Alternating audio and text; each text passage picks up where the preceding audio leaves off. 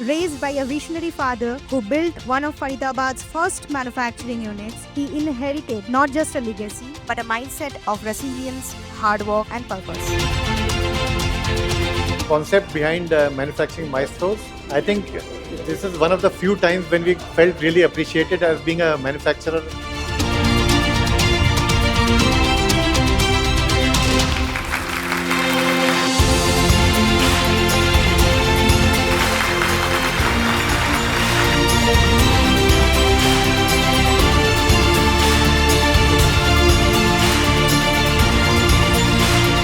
I remember when we sold first machine in 2005 to Ramco Steels. On that time, this was the first machine from ZEISS North India to in Faridabad region, I can say. And when we met to Nitinji on that time, and we heard lot of struggles they were going and all that. And after that, they have got lot of success, I can say.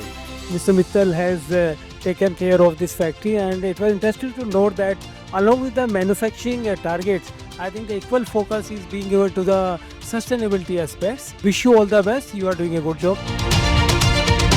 Honestly, it's a good time to be in manufacturing in India, and I think we are proud to be part of this journey towards the Viksit Bharat.